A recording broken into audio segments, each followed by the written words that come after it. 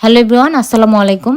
আমি আজকে আমার অনেক প্রিয় একটা খাবার রান্না করব। এটা অনেকে হয়তো অপছন্দ করতে পারেন, কিন্তু এটা আমার কাছে অনেক মজা লাগে এটা খেতে। আমি যেভাবে আজকে রান্না করব, রোস্টের মতো করে রান্না করে দেখব। আপনারা এভাবে একবার রান্না করে খেয়ে দেখবেন, আপনাদের কাছেও এটা ভালো লাগবে। এর জন্য রেসিপির জন্য আমি প্রথমে নিয়েছি মুরগির গিলা, কলিজা, গলা এবং গুর্দা।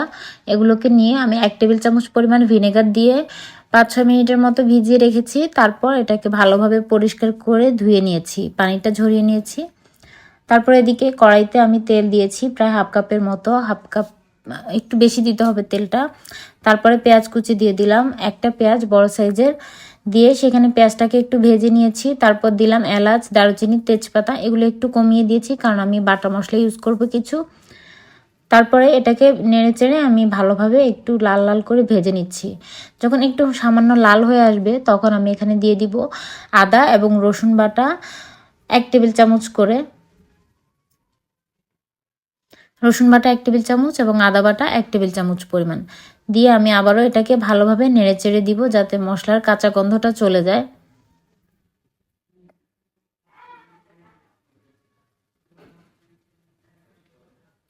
নাড়াচাড়া করা হয়ে গেলে আমি এখানে দিয়ে দিব, আমি এখানে একটা স্পেশাল ইনগ্রিডিয়েন্টস ইউজ করব, তো আপনারা চেষ্টা করবেন সেটাও দেওয়ার জন্য। তো আপনারা ভিডিওটি উপভোগ করতে থাকুন, আমি আস্তে আস্তে কি কি দিচ্ছি সব কিছু এখানে বলে দিব।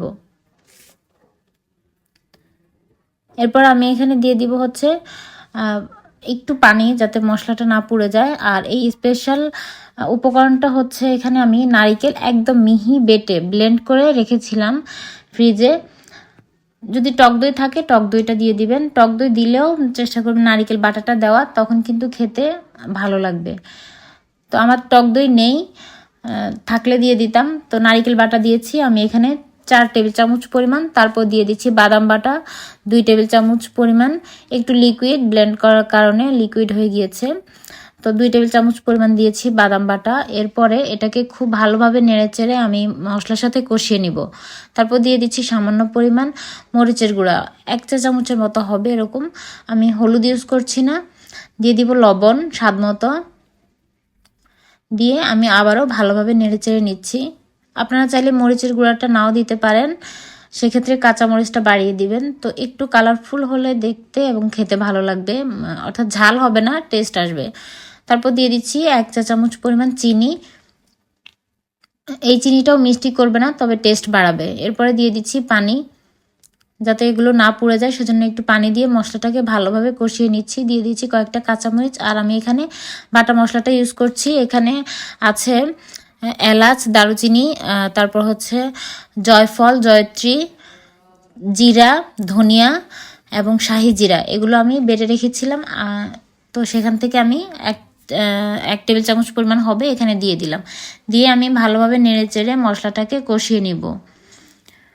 কষিয়ে নিয়ে আমি এই মশলাটা যখন কষানো হয়ে যাবে তখন এই উপকরণগুলো আমি দিয়ে দিচ্ছি।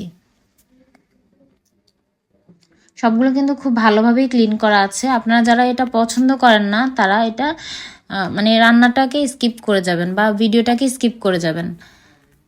এটা যারা খায় তারাই বুঝে যে এটা কত মজার খাবার।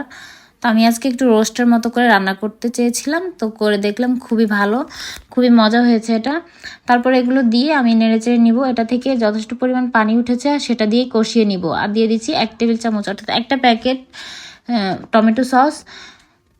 তো এটা দিয়ে আমি ভালোভাবে নেড়েচেড়ে কষিয়ে নিচ্ছি। কষানো হয়ে গেলে আমি এবার দিয়ে দিব ঝোলের জন্য পানি। খুব বেশি পানি দিব না কারণ এগুলো সেদ্ধ হতে খুব বেশি সময় লাগে না।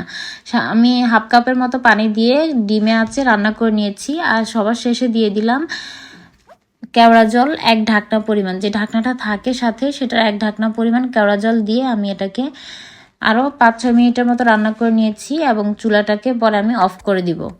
এই তো রেডি। আমি এটা পোলাওয়ের সাথে সার্ভ করেছি। এটা কিন্তু রুটি দিয়েও খেতে অসম্ভব মজা লাগবে, ভাতের সাথেও খেতে ভালো লাগবে। আপনারা যে কোনো কিছুর সাথেই এটাকে পরিবেশন করতে পারেন, রুটি, পরোটা, পোলাও, সব কিছু, ভাত, সাদা ভাত, সব কিছুই।